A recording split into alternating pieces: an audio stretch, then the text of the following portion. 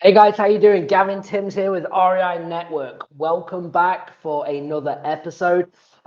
Before we get going here, just do me a favor, like always, if you're listening for the first time or if you are a regular listener, please give me a like and subscribe to the channel, whether it's on YouTube, okay, or you're listening on the podcast. I would really appreciate that. Feel free as well to give it a share. I want to reach as many people as possible.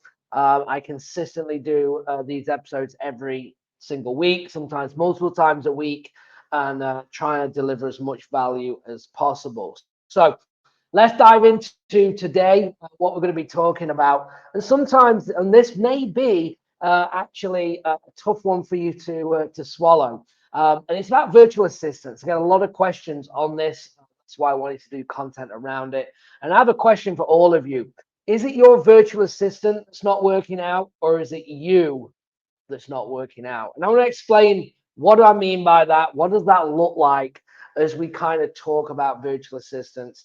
Okay, and what are the best practices to get them to be successful in your business, which then will make you more successful. Okay, we have a very good high uh, tolerance or hit rate, okay, of success when it comes to working when we actually find VAs for our clients, because we do try and get them with experience and with knowledge of their area of the field that they're in, okay.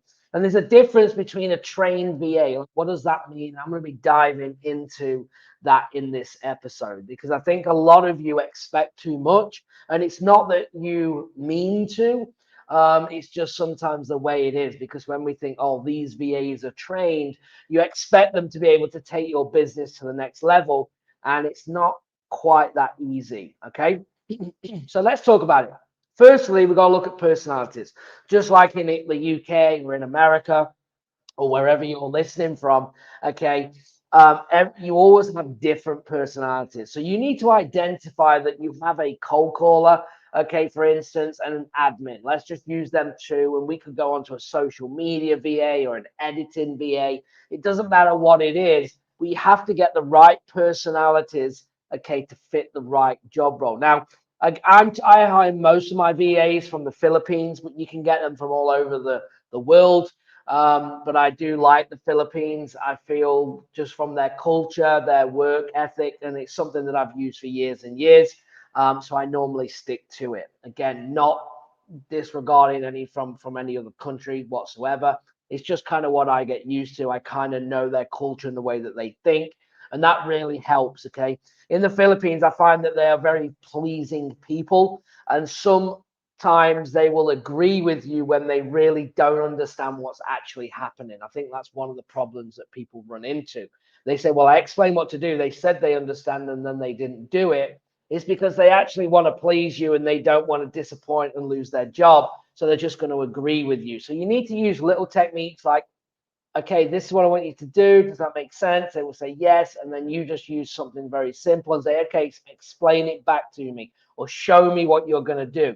And guess what? By doing that, if they can show you half of it or some of it, you know you need to do a little more work with them so they really understand it. And great if they show you, then obviously they do get it, right? So little things like that can actually save you hours and hours and weeks and months of work just by saying, okay, now I've explained it or I've showed you, now you show me or you explain back to me what you're going to do. Telling you now that alone is going to save you months of hassle of going, are they working? They've been doing it wrong the whole time and all of them things. Okay.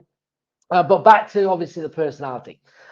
Cold callers, someone that is a salesperson that loves to talk, right? They are your kind of A personality, the one that actually want to drive, get on the phone, interact. That's what you need as a cold caller. The people that are scared to get on the phone, don't want to talk, are normally more your admin people. So very rarely you will ever get a cold caller doing admin tasks and an admin doing cold calling tasks.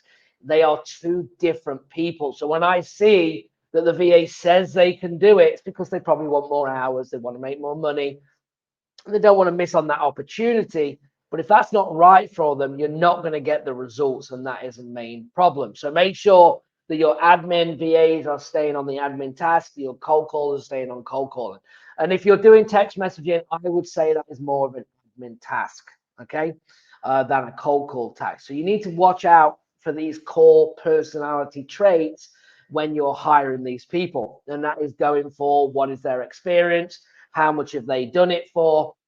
And when we hire, I always look for someone that's already done it. And I don't even need it to be in real estate. If I'm a cold caller that's done insurance or worked for Delta or whatever, and if they've been on auto dialers before, that's important. If I want my cold caller on an auto dialer, then obviously I want to make sure that they have experience. I never want to bring a VA in that's never done something before in the topic that I want them to do, unless I understand that, okay, well, oh, they've used Mojo, but I want them to use Batch now. Of course, they can figure that out. It's just a different type of system, but at least they've been on an auto dialer before. So a cold caller, I normally hire with cold calling experience, 1 or 2 years or more, okay, with dialer experience. And guess what? They might be saying them things, but when I actually put them on there and put them to the test, if they know absolutely nothing, then I know that they can't do it. So when I narrow that hiring process down, it's very simple. We run a simple ad for cold calling or admin. We give them then, if it's on the cold calling front, I normally say, thank you for applying. Please send me a 1-minute recording telling me a little bit about yourself. That gives you then that information to listen to their voice. How do they sound? How do they interact? Now, obviously, that could have been a recording that they could have done 100 times to get it perfect. And I will know that when I go into the final interview on the way that they interact with me. People say, well, you want me to, with my clients, what I normally do is I say, hey, here's 3 VAs that you can hire from. And they're like, well, I don't know what to say. And I'm like, I just want you to engage. Here's some questions, some talking points. And I literally want them to see how they interact with you. If it's awkward, is it weird? Or are they very conversational, very confident? They're the things I look for in a cold caller, okay? And you will find the uncomfortable and the weirdness from the admin side normally, okay, which is fine because they're not going to be interacting with people. So that would be, so I'd get that recording, we'd narrow it down, and then I'd get 2 or 3. Then I would actually go and interview. I would say, hey, so you've used this software or that? And they would say, yeah, we've done this and this. And then I might put them on a trial, or hey, show me what you did, or how did you run it when you did your last campaign. And I would see if them things actually match up. And then very quickly, once I have the dialer, if I'm cold calling set up, I can get them calling and generating leads. Normally, I would say from hiring a VA and cold calling, it would take me about 10 minutes if I have the right VA to actually get them going and dialing. And then obviously the ongoing training on listening to their calls, tweaking, changing, keeping them accountable, running a scorecard. All of my VAs have scorecards. They report on their numbers every single day. How many dials did they do? How many leads? How many conversations they had? How many leads they brought into the CRM? We track that every single day. And I can then actually see on the graph of what's working and what's not. And that could be the age of the list. Do we need a new list? Is it the VA? If it's a brand new list and they're not performing, or do they have a lot of pause time? Are they showing up late? I can kind of track all this to find out what is going on and keep them accountable. Okay. Now, obviously, if you're building your business out the way that I have it, is I have a lead VA that does all of them things for me. Okay. Then we have on the admin side. On the admin, it could be they are sending out contracts, updating notes, making offers. You could have them texting to generate to lead gen. You have all of these things. And again, yes, they might be trained on your CRM, and people say, well, they're trained, they're supposed to know what they're doing. They're not going to run the business for you. So there's a difference between having a trained VA. Like when we bring our VAs in, we have them trained on the basics of the system or the software that we want them to use. So yes, they know how to send out a text. Yes, they know how to send the contract out. Okay. But you need to be telling them or training them in the way that what goes on that contract, or you need to be telling them what to say in the text messages. Just because they know how to do the text doesn't mean that they can actually do it. Does that make sense? So making sure that you understand that. So when a VA comes in, yes, they're trained on the software, but you need to put your spin on it. People go, well, I just want them to do it like you. No, because I'm running my business potentially different to you. I run in multiple different markets. I run with partners on the ground. I do a lot of JVs. And you might be having an acquisition specialist work for you. So yours might be different to mine. And the way that I talk and the way that you talk may be different. And you might be in New York and I'm in Miami or Birmingham, Alabama, or wherever I am. And things are going to be slightly different. So what you need to do is you need to make sure that you're making your own tweaks and changes so it runs for you. Remember, I am very big. One of the biggest things that I'm focused on this whole year is building a business to serve you using systems and processes that are in line with your vision and what you want to create, okay? By actually building a business, right? And that's what a lot of my episodes are going to be. And the first hire that you should ever make is a virtual assistant. Why? Because they're great, they're inexpensive, and they are super smart. Okay. I have some, I mean, I should probably do clips of like my coaching calls. Like my clients are like, the VAs, this VA is amazing. I'm paying them $5 an hour and they take care of all of these things for me. And it's because if you have that interaction, okay, you install the belief in them, you actually talk with them on a multiple time, especially your admin. Your cold call should be checking in twice a day minimum. Your admin could be 10 times a day, depending on what it is. And it could be, hey, I need you to do this for me. Hey, I need you to do that. Hey, stop doing that. Get this out for me. I don't know. Your interaction level with your admin is going to be higher. But if you don't have that and you just bring them in, well, I've hired a successful VA and they're not doing anything, it's because you're not guiding them. And that is the difference between is it you or is it them? And it could be them. Are they showing up late? Are they bringing excuses where the internet's down constantly? And it's like, and obviously they have bad weather, so you need to do your research on this. Or is it that you have the VA admin trying to cold call? Never going to work, right? So analyze, is it you or is it them? Is it something that you need to step up? Because I'm telling you now, they need to be a part of their team. I do not treat any of my team, from the people, from my business partners to my VAs, get treated exactly the same way. Okay, I talk with them in the same way. They have the same amount of input. I always ask them, hey, if there's one thing that you could change, what would it be? Do you think there's a better way of doing this? Do you think there's a more of an efficient way of doing this?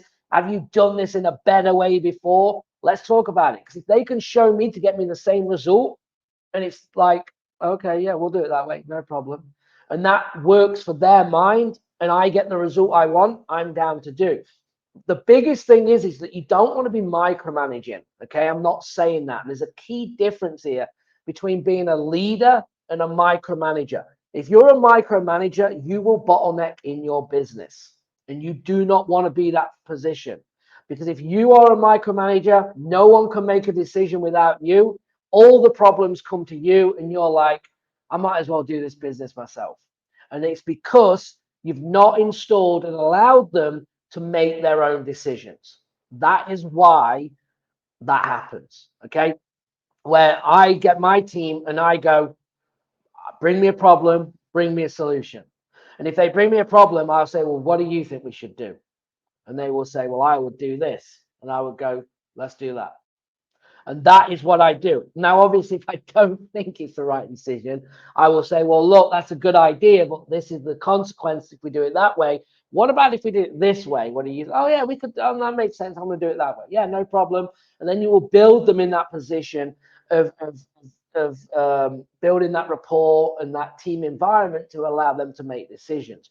Because often they have a better pulse, like Rod, my main VA, runs on my other VAs. He has a better pulse on what's happening than me. So what he says, I have to listen to, because I'm like, well, you're working with them day in, day out. So if you say this needs to happen, then who am I to question it? Unless I say, well, look, Rod, if we make that decision, this is the gap that's going to happen. Like, what are we going to do there? Okay, let's delay it, or let's give them another chance, or whatever that may be. So we have them discussions, but you have to let people make decisions. And that's not just VAs, but that's everyone in your team. And sometimes you have to eat them, right? I let you make the decision, and it wouldn't be the decision I made, but at the same time, I'd give you that and I wanted you to own it. And next time, I might have to say, well, look, tweak this or that, or look, learn from this moment. But for the most part, they can't really do anything wrong. Okay. But the interaction, the communication is absolutely key. And that is why most VAs will fail. And I want to say one other thing as well. A VA will make you busier. That is their job. A VA, as much as they take from your plate, can make you busier. What does that mean? Well, you don't want a cold call. So you haven't got a cold call, but they're going to go and cold call and generate leads for you that are going to come in for you to work. If you're not prepared to work them leads, now you've got someone generating leads and you're not working them because they're making you busier. All right. Because you've gone from not doing something for them doing it and owning it and delivering on it, which then means you're going to have more to do. The same with admin. If they're doing texting, they're generating leads, or they're sending out contracts, or they have questions on the contracts. By hiring them, because you're moving the business forward and they're doing their job, will actually make you more busy to start with, but also more tentative in terms of focus and actually wanting to you needing to deliver in that area that they're producing that work for. But that's how you're going to get results. And that's the difference between doing deals and multiple deals or doing nothing. Okay. So remember, you should be utilizing VAs to make you busy in the right areas, making sure that you're focused on the high dollar an hour activities for you to be able to get results. Okay. So I could go on and on. I'm going to be doing more videos on virtual assistants, but again, it should be the first hire. I highly recommend make sure you have great communication. Make sure you set your expectations. They are not going to run the business for you. They are going to help you develop your business and take it to the next level by helping you focus on your high money generating activities. That is the goal. All right, guys, hopefully this helped. If it did, again, please give me a like, subscribe, drop me a comment, share anything you can to help. If you want to leave me a review, if you've been watching me for a while, go to reviewgavin.com. You can click on a video review or a text review. I'd really appreciate that. Anything else, any other content that you want me to do, please reach out. Happy to create videos on anything that you need as well. And then happy investing. Let's have a great week. We're still in January as I'm recording this, and we got all the year ahead to make it a successful one. So I wish you all the best, and I will see you on the next episode. Thanks, guys.